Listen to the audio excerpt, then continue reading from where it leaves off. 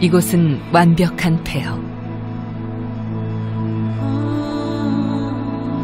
그러나 2000년 전 번성했던 한 도시의 역동적인 삶을 간직하고 있는 폐허다.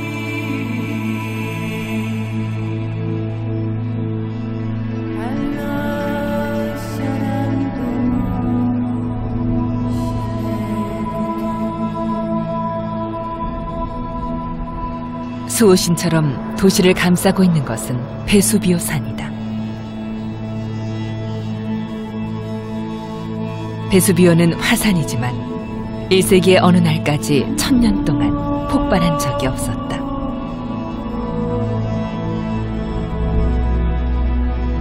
오히려 마음씨 좋은 거인처럼 광물질을 뿜어내 주변 토양을 비옥하게 만들었다.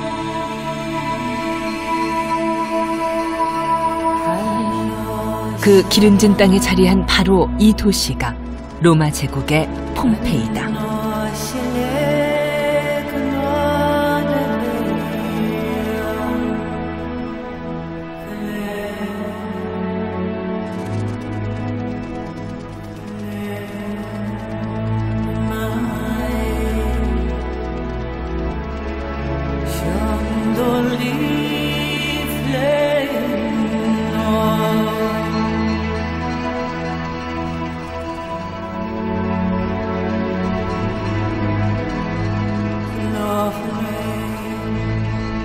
폼페이의 시간이 멈춰선 것은 서기 79년 8월 24일.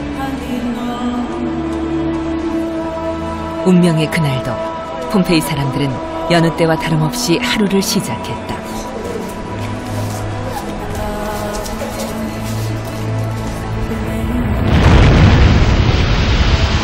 그런데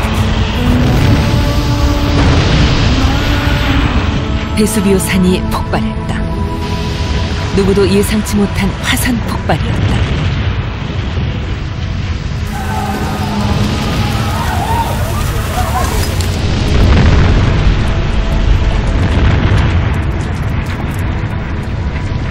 순식간에 수백만 톤의 화산 폭발 잔해물이 도시 위로 쏟아졌다.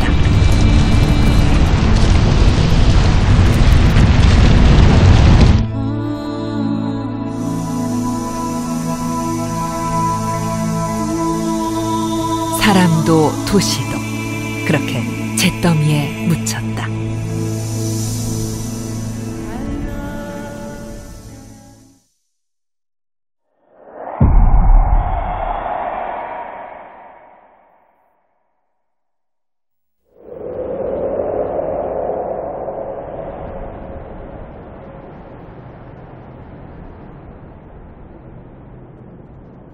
폼페이의 부활은 기적에 가까웠다.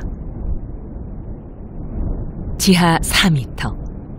화산재 아래 봉인돼 있던 폼페이는 우물을 파던 한 농부의 우연한 발견으로 그 모습을 드러냈다.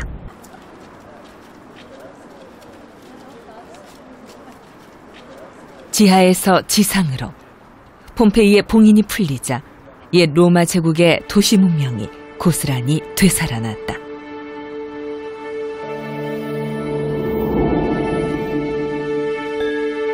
발굴의 첫 삽을 뜬 지 올해로 300여 년.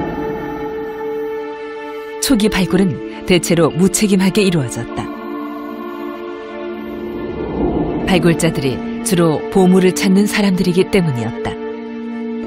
그러나 1860년 이러한 발굴 방식은 완전히 종식되었다. 발굴을 체계화시킨 것은 로마 대학의 주세페 피오렐리 교수였다.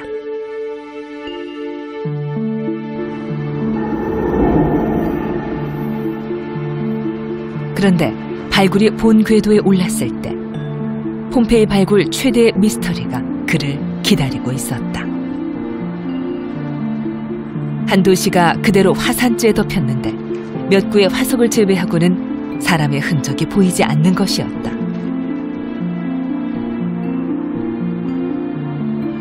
그가 발굴한 어느 집에선 식사 중에 봉변을 당한 듯 음식을 담았던 그릇이 식탁에 그대로 놓여 있었다. 그렇다면 주변에 어떤 형태로든 사체의 흔적이 있어야 하지만 아무것도 없었다.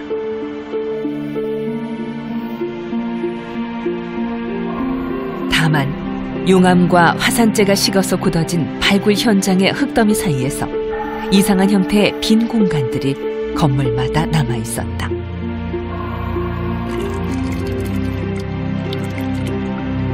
피오렐리는 이 의문의 공간에 주목해 석고를 부었다. 그리고 석고가 굳은 다음 주변의 흙을 긁어내자 빈 공간을 채운 놀라운 형체가 드러났다. 순간 발굴단은 충격에 휩싸였다.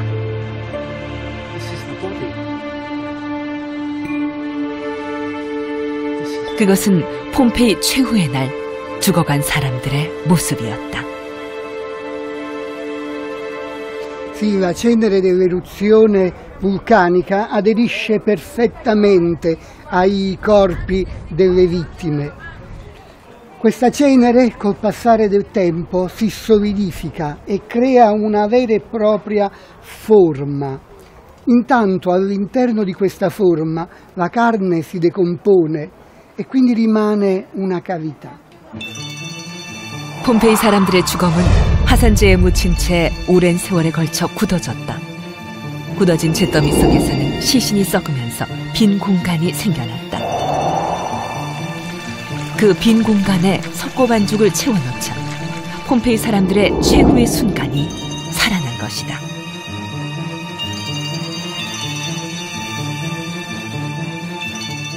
Quindi eliminando poi la cenere si ha l'esatta forma della persona, dell'animale ucciso dall'eruzione, come quello che possiamo vedere qui a Pompei in tanti e tanti ambiti.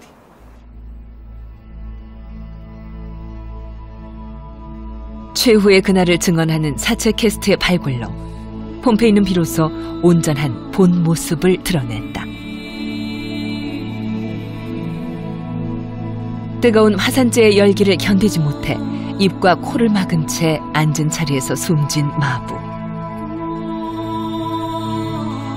뱃속의 아기를 보호하려고 엎드린 모습의 임산부.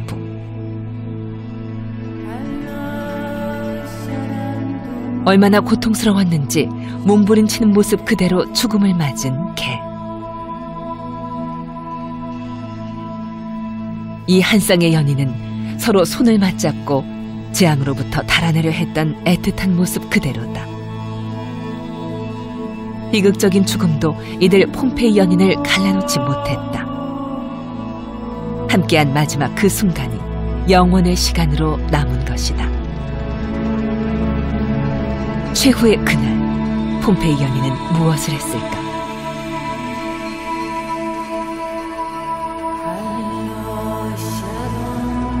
그들이 청춘을 구가하고 사랑을 나누었을 폼페이는 또 어떤 곳이었을까?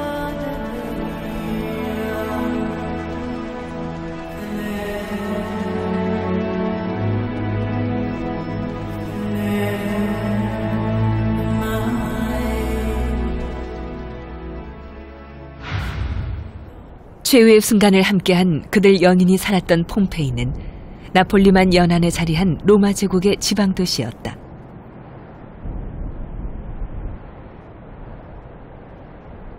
나폴리만 위쪽 평원에 우뚝 솟은 이 산이 폼페이를 삼켰던 베수비오다. 겉보기엔 온화해 보이지만 지금도 또 언제 터질지 모르는 활화산이다.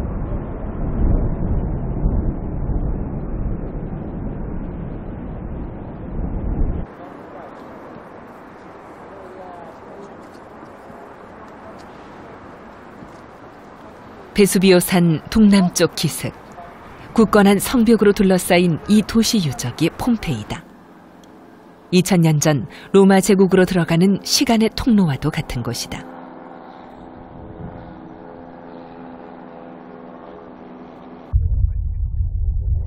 수많은 사람들이 오갔을 곧게 뻗은 도로와 즐비한 건물들. 당시 사람들이 생활하던 모습 그대로 남아있어 로마 시대 전성기의 도시 문화를 오롯이 만날 수 있다.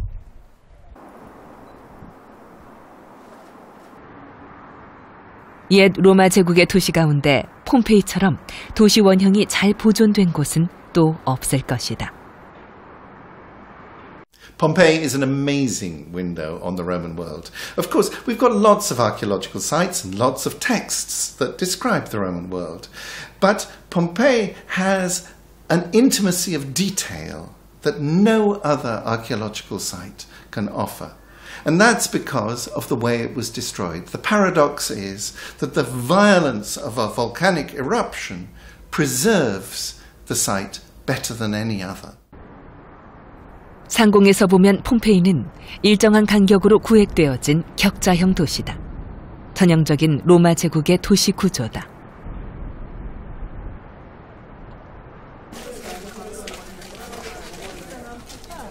도심 곳곳으로 연결되는 중앙도로는 큼직한 판도를 깔아서 만든 견고한 포장도로다.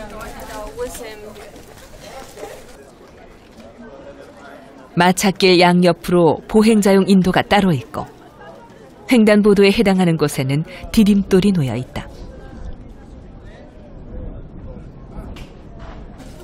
마찻길의 일정한 구간마다 이처럼 디딤돌을 설치해 보행자가 안전하게 건널 수 있도록 한 것이다.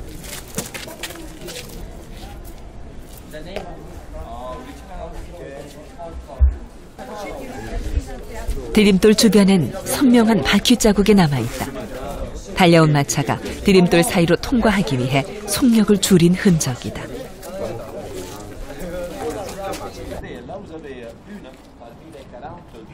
살아생전 폼페이 연인들이 오갔을 이 길을 따라가면 로마 시대의 살아있는 일상을 만날 수 있다.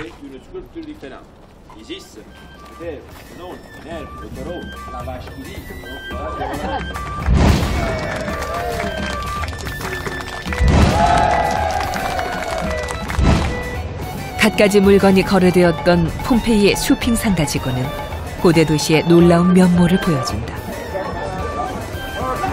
고대에는 의식주를 모두 자급자족했을 것으로 생각하지만 폼페이 사람들은 이 같은 쇼핑 상가에서 필요한 것들을 구입했다.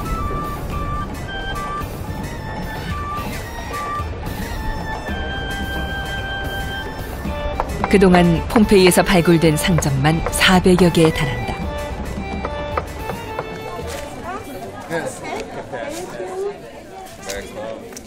폼페이 번화가에 해당하는 아본단차 거리.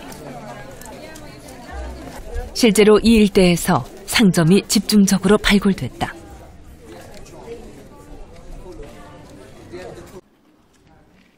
이곳은 여러 개의 화덕이 설치된 대리석 조리대가 남아있어 음식점이었음을 알 수 있다.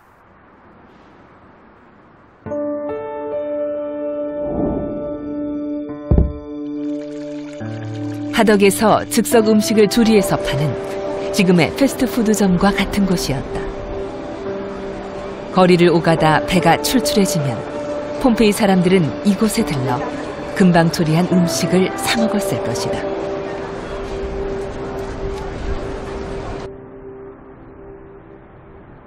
폼페이 연인이 살았던 이 도시에선 집에서 빵을 만들지 않아도 될 정도로 상업이 발달했다. 벽돌로 만든 대형 오븐과 맷돌이 있는 이곳은 꽤 규모가 큰 빵집이었다. 응회암으로 만든 맷돌에 구멍이 나 있다. 여기에 손잡이를 끼워 넣고 돌려서 밀을 빻은 것이다.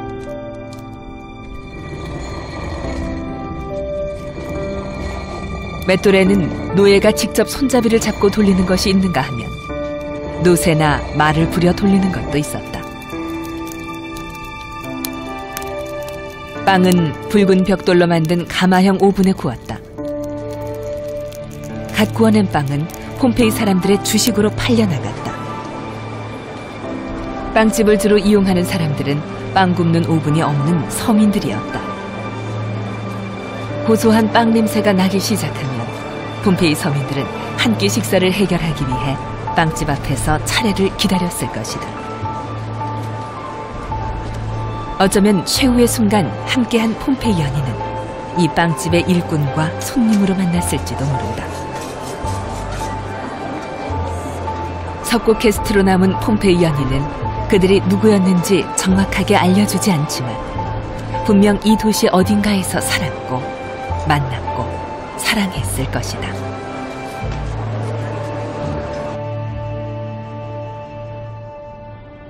아본단차 상가 구역에서 발견된 또 다른 건물.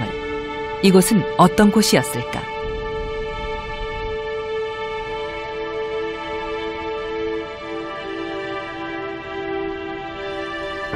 발굴 당시 건물 출입문 옆에 큰 항아리가 놓여 있어 그 단서를 제공했다. 건물 앞을 오가던 사람들이 오줌을 눌 수 있도록 놓아둔 항아리였다. 로마 시대엔 세탁을 할 때 오줌을 세제로 사용했기 때문에 세탁소 건물 앞에는 항아리를 놓아둔 것이었다.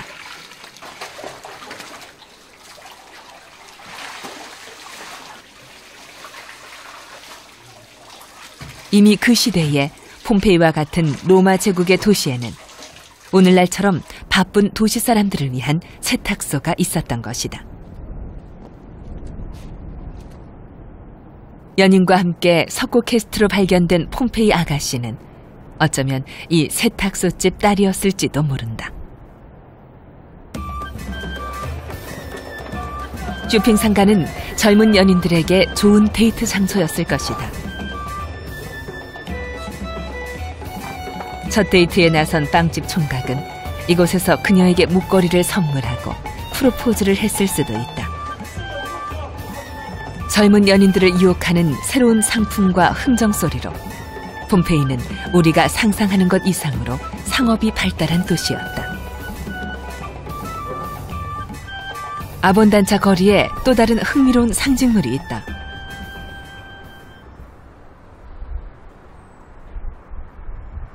마찻길에 새겨진 남근 형상이다. 도심 곳곳에서 다양한 남근 형상이 발견된다. 왜 많은 사람들이 오가는 도심에 이 같은 남근 형상을 만들어 둔 걸까? There have been a number of phalluses have been found in Via dell'Abbondanza, and the interpretation of these has pointed in two directions. One, that they are signs for where brothels and prostitutes might be found. This seems a little unlikely now because we know in Roman society that the phallus is a sign of good luck, and it's more likely that they were put in the place in the pavements and on shops to bring luck to the shopkeepers. 베수비오 화산이 폭발하기 전 폼페이는 지중해의 국제무역 도시였다. 바다로 이어지는 성문 밖은 국제무역선들이 닻을 내리던 항구였다.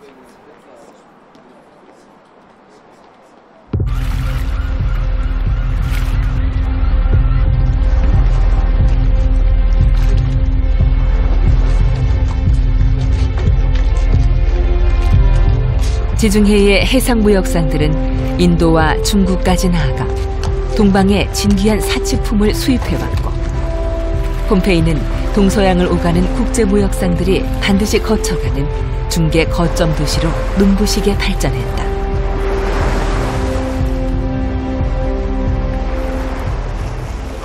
Traffici con Alessandria d'Egitto e con l'Oriente ellenizzato erano all'ordine del giorno e grazie al mare ricchezze da ogni dove arrivavano a Pompei. 해상무역으로 번성한 폼페이엔 재벌급 부자들도 많았다. 저택의 지붕을 떠받치고 있는 12식 기둥들만 봐도 그 자체로 웅장하다. 신비의 저택이라 이름 붙여진 이 집은 90칸짜리 대저택이다. 저택 출입구의 통로를 지나면 아트리움이라 불리는 중앙홀이 나온다.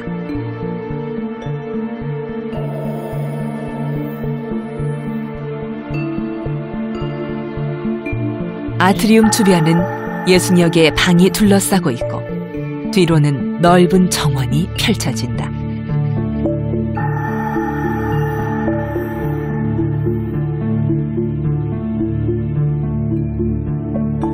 저택의 구조는 로마의 전형적인 주택 양식을 따르고 있다.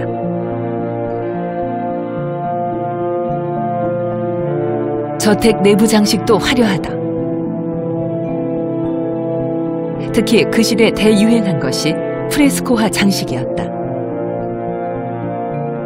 젖은 석회벽에 수채 물감으로 그려내는 프레스코화는 부자들이 누리는 최고의 사치였다.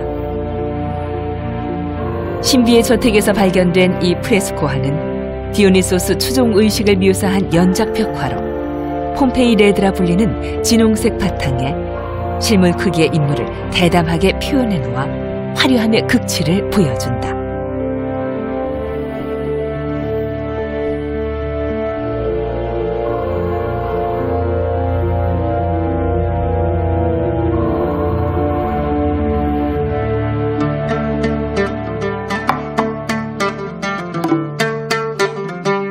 폼페이 부자들은 사치와 낭비를 자랑스럽게 여기며 즐겼다.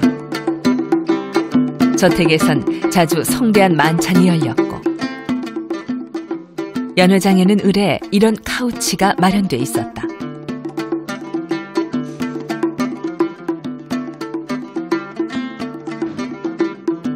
부자들은 카우치에 누워 포크와 나이프를 쓰지 않고 손으로 음식을 먹었다. 음식은 다 먹지 않고 남겨서 버리는 것이 당시 부자들의 미덕이었다.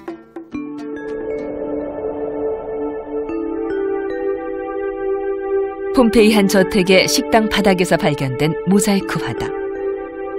실제로 먹다 버린 포도송이와 개다리 등 사치스런 식사의 흔적이 잘 묘사돼 있다. 폼페이에서 열린 한 연회를 사실적으로 표현한 또 다른 벽화다. 한 남자가 다른 손님들 바로 옆에서 토하고 있다. 고대 로마 시대의 연회에선 이처럼 구역질하는 손님을 흔히 볼 수 있었다고 한다. 놀랍게도 이들은 계속해서 음식을 먹기 위해 깃털로 자신의 목을 간지려서 먹은 음식을 토해낸 다음 또다시 음식을 먹었다고 한다.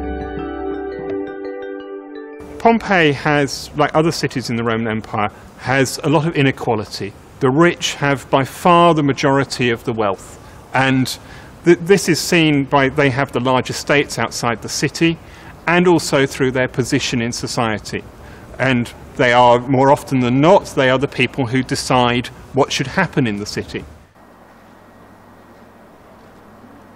폼페이 연인이 살았던 이 도시의 빈부격차는 컸다.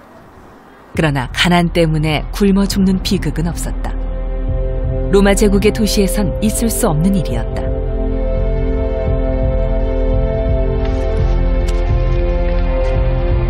로마 제국의 황제에겐 시민들에게 식량을 안정적으로 공급하는 것이 국토 안보 못지않은 중요한 정치적 과제였다.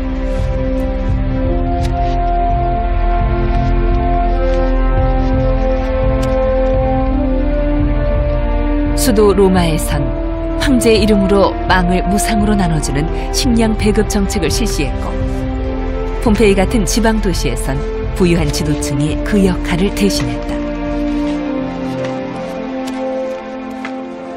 There is no state bread distribution in Pompeii, but we have evidence that the rich people made bread distributions. There is a fresco of a seated man in a toga giving bread out to people who are much more poorly dressed than himself.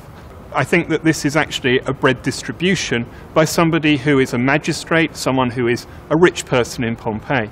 The reason they do this is so that they can maintain their social position and maintain their position in terms of politics in society, where they make the decisions, have the wealth. 폼페이가 로마 제국에 편입된 것은 기원전 90년경. 로마의 아우구스투스 황제는 무력에 의존하던 제국의 통치 전략을 변화시켰다. 점령지에도 수도 로마와 같은 혜택과 권리를 부여해 민심을 안정시켰다. 그 결과 폼페이는 로마의 축소판 같은 도시로 바뀌었다.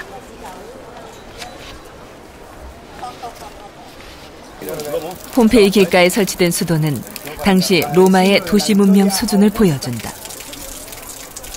지금도 사용하는 이 수도가 2000년 전 폼페이 사람들이 식수로 사용하던 공공수도라면 믿어지는가. 이미 기원전 1세기를 전후한 그 시기, 폼페이와 같은 로마 제국의 도시에는 이 같은 공공수도가 도입되었던 것이다. 그것은 로마인들이 개발한 놀라운 공학적 산물이었다. To bring the water, it is necessary to have some canals with a regular slope, but this is only an ideal situation because the country is very different with valley, mountain and so on. So it was necessary to create some gallery somewhere and other part a kind of bridges. And these bridges were very, we can see everywhere in the countryside still working in certain time that are called aqueducts. 로마 수도교의 기본은 중력을 이용하는 것이었다. 물을 고산지대의 수원지에서 도시로 운반하려면 일정한 경사도와 수압을 유지하는 것이 관건이었다. 로마인들은 계곡이나 강처럼 지대가 낮은 곳에는 수도교를 놓아 이 문제를 해결했다.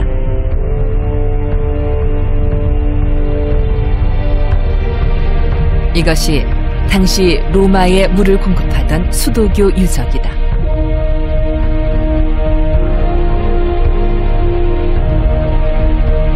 로마인들은 그들이 개발한 아치 기술을 이용해 웅장한 규모의 다리를 세우고 그 위에 수로를 놓았다. 이물질이 들어가는 것을 막기 위해 수로 지붕을 덮어 맑은 물이 흐르게 했다. 이 물이 로마 시내 350km에 달하는 수도망을 이루었다. 그것은 문명의 혁신을 이룬 대사건이었다. 폼페이 연인이 살았던 이 도시에도 곧 로마식 공공수도가 설치됐다. 폼페이 거리 곳곳에 설치된 공공수도는 분수형이었다. 누구나 자유롭게 이용할 수 있도록 온종일 맑은 수돗물을 흐르게 한 것이다.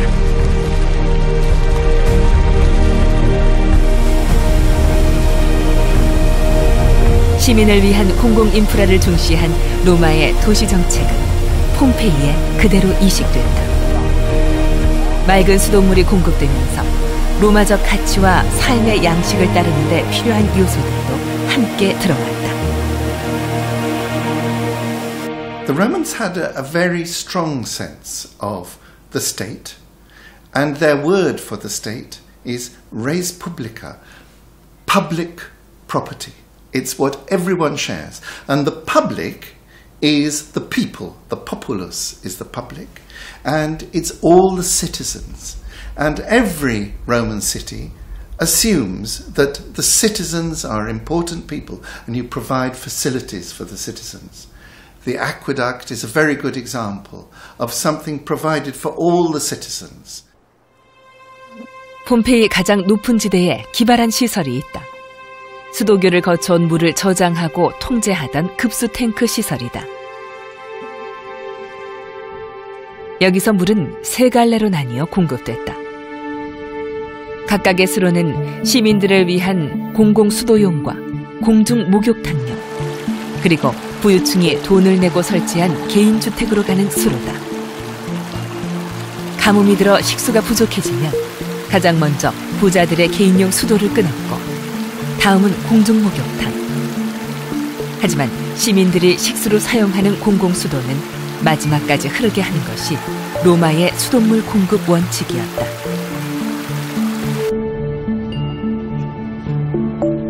로마식 공공성은 도시 곳곳에서 빛을 발했다. 폼페이 중심가의 이 공중목욕탕은 세계에서 가장 상태가 좋은 로마식 목욕탕으로 미학과 과학이 어우러진 걸출한 건축물이다.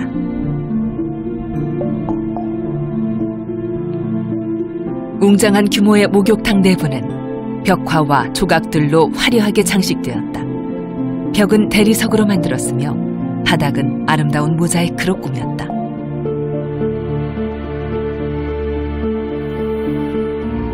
둥근 도움식 천장엔 유리창을 달아 햇빛으로 자연 채광을 했다.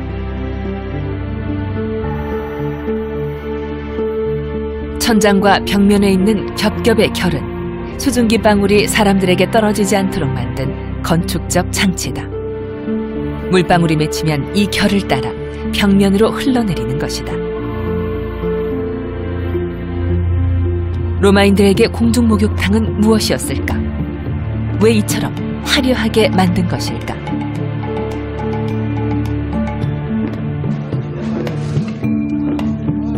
로마 시대 공중목욕탕은 단순히 몸만 씻는 곳이 아니었다.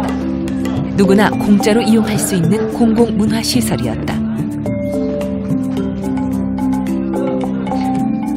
공중목욕탕에는 식당은 물론 휴게실과 체육관 등 갖가지 문화시설이 구비돼 있었다.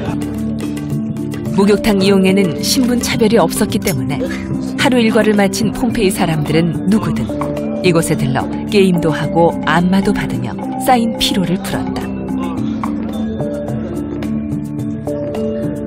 이들에게 공중목욕탕은 로마식 문화생활을 누리는 사교의 장이자 로마인으로서의 정체성을 확고하게 해주는 그런 곳이었다.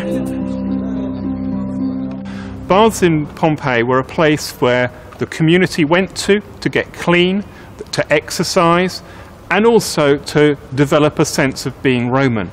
These were places where you can find them throughout the Roman Empire. 로마가 대제국을 건설할 수 있었던 원동력은 폼페이 도시구조에도 구현돼 있다. 중심 간선도로가 교차하는 지점을 보자. 폼페이 심장부에 해당하는 포럼 구역이다. 포럼은 대리석 기둥으로 둘러싸인 로마식 중앙 대광장으로 로마의 도시 문명을 구성하는 핵심 요소다. 이곳엔 대리석으로 마감한 화려한 기둥들이 남아있어 과거 웅장했을 광장 회랑의 모습을 유추해 볼 수 있다. 이런 거대한 기둥들이 줄지어 늘어서 열주식 회랑을 이루며 광장을 에워싸고 있는 구조다. 수도 로마의 포럼처럼 이곳 역시 로마식 삶의 바탕을 이루는 공간으로 설계됐다.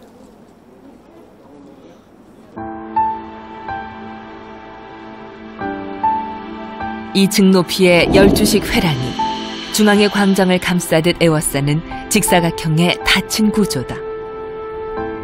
그러나 광장은 하늘을 향해 열려 있어 독립성과 개방성을 두루 갖추었다. 도시의 주요 시설들은 광장을 정점으로 들어섰다. 베수비오 화산이 보이는 광장 북쪽에는 3명의 로마 신을 모신 카피톨린 신전이 위치한다.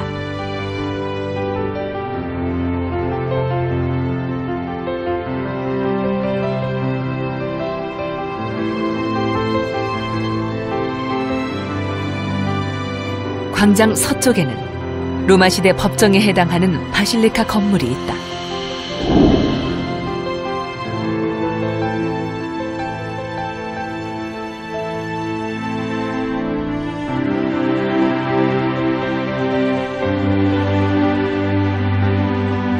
그 사이에 아폴로 신전이 자리 잡고 있다.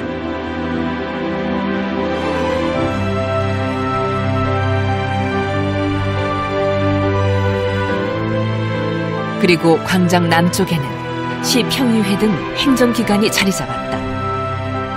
도시의 주요 공공시설이 광장을 중심으로 밀집해 있는 것이다. 이처럼 광장은 폼페이 시민들이 로마식 삶을 구현하는 공적 활동의 장이었다. The Forum is a characteristic space of all Roman cities.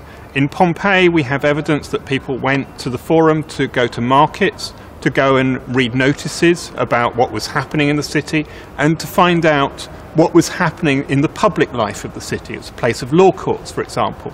But fundamentally, it's also the place where people elected, and it's a place of elections, and it's where the city council meets. So this is where the community meets in public, and the community makes decisions in public. I will not make empty promises to you. I will not. 해마다 3월이면 폼페이 중앙대광장은 후끈 달아올랐다. 도시 행정을 책임질 집정관을 시민의 손으로 뽑는 선거가 실시됐기 때문이다.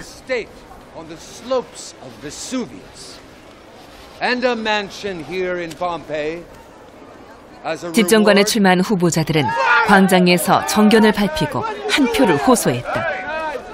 당시에는 로마 시민권을 가진 10세 이상의 남자에게만 투표권이 있었지만 여성들도 지지하는 후보를 위한 선거 홍보에 나섰을 정도로 그 열기는 뜨거웠다. In Pompeii they had elections every year, and we can see the traces of it because the walls, the public walls of the streets are plastered with advertisements. People putting themselves up for election, put their names up in big letters. 당시 선거 열기를 보여주는 흔적은 곳곳에 남아있다. 이 건물 벽에는 5명의 이름이 적혀있다. 폼페이 집정관에 출마했던 후보자들의 이름이다.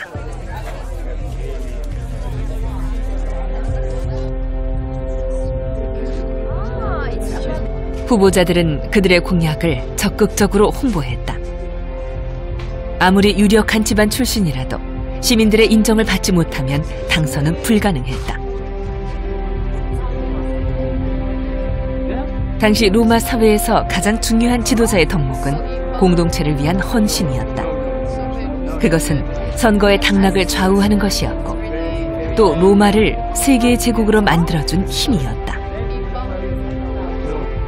석고 캐스트로 발견된 이들 폼페이 연인도 그의 선거에서 소중한 한 표를 행사했을 것이다. Roman society in the 1st century AD put a real emphasis on the public, which is quite a contrast to the later Roman Empire when things were becoming much more private. The emphasis on public is what probably makes the strength of the Roman Empire.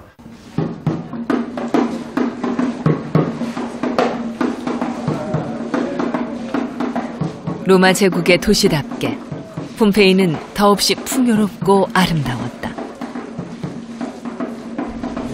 봄이 가고 여름이 오고 운명의 그해 8월이 왔다.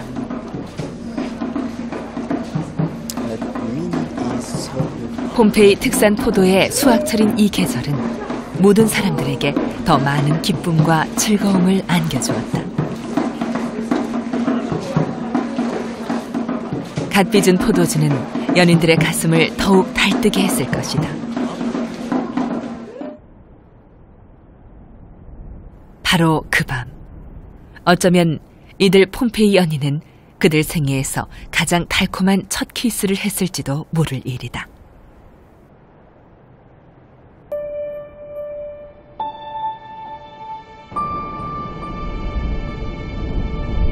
그 밤이 그렇게 가고 운명의 그날이 왔다. 서기 79년 8월 24일 폼페이 사람들은 여느 날과 다름없이 활기찬 하루를 시작했을 것이다.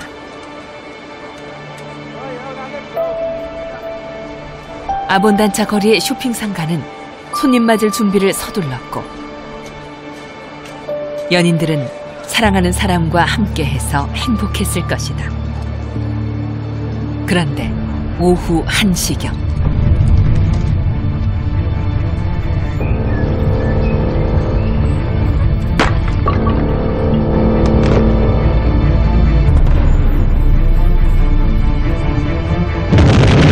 사람들은 깜짝 놀라 베수비오 산을 바라보았다.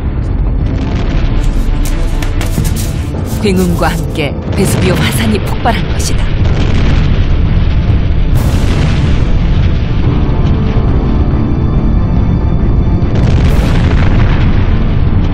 당시 나폴리만에서 이 상황을 지켜보았던 로마의 작가 젊은 플리니우스의 기록이 남아있어 그날의 자세한 상황을 알 수 있다. The eruption of Mount Vesuvius takes place in two phases. First, there is an explosion, and the explosion, which has the force of an atom bomb every couple of seconds, it's absolutely enormous. It drives a column way up into the stratosphere, about 30 kilometers above the surface of the Earth. And from that column rains down a fine rain of tiny little pebbles of pumice. 첫 폭발이 일어나고 잠시 뒤 거대한 폭발이 일어났다.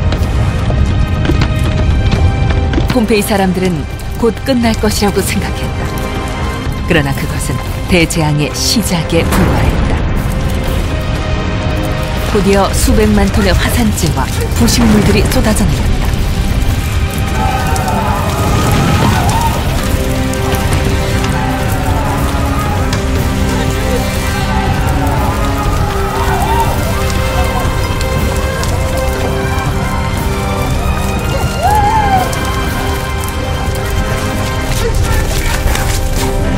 불길하게 바람은 남동쪽으로 불었다.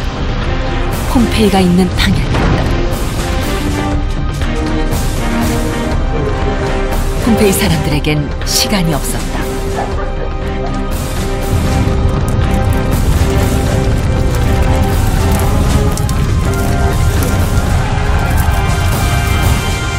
살 길을 찾아 헤맸지만 안전한 곳은 없었다.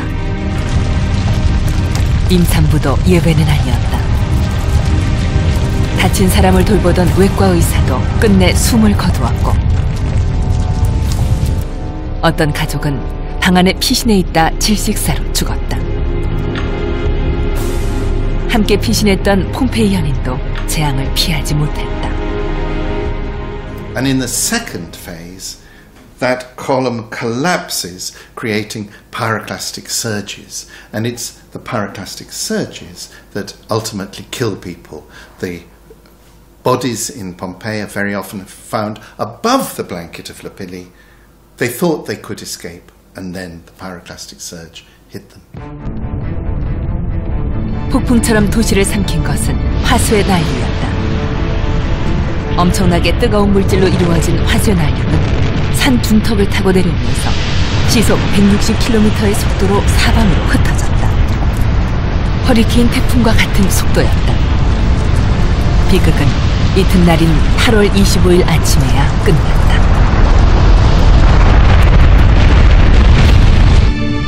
불과 하룻밤 사이 폼페이는 4m 높이로 쌓인 화산재에 묻혀버렸다. 사람도 도시도 지상에서 완전히 사라진 것이다.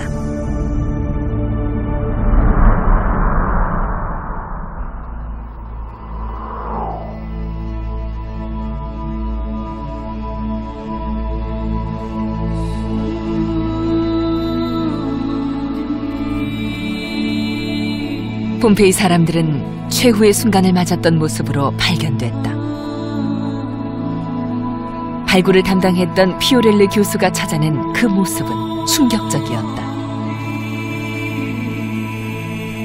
지금까지 찾아낸 주검은 2000여 구.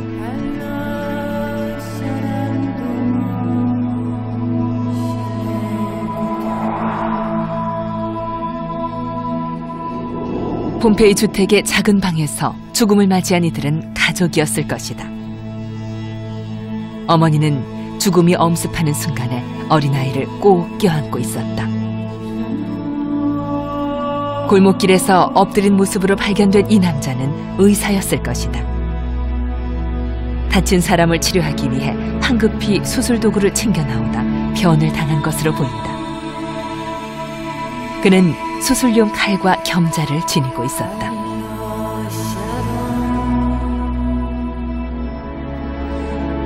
죽어가면서도 서로를 지켜주려 했던 폼페이 연인의 모습이다. 마지막 그 순간에도 이들 연인은 나중에 함께 결혼식을 올릴 수 있으리란 희망을 버리지 않았을 것이다. 그러나 2000년 전 그들의 이 순간은 한 찰나의 영원의 시간으로 멈추어 섰다.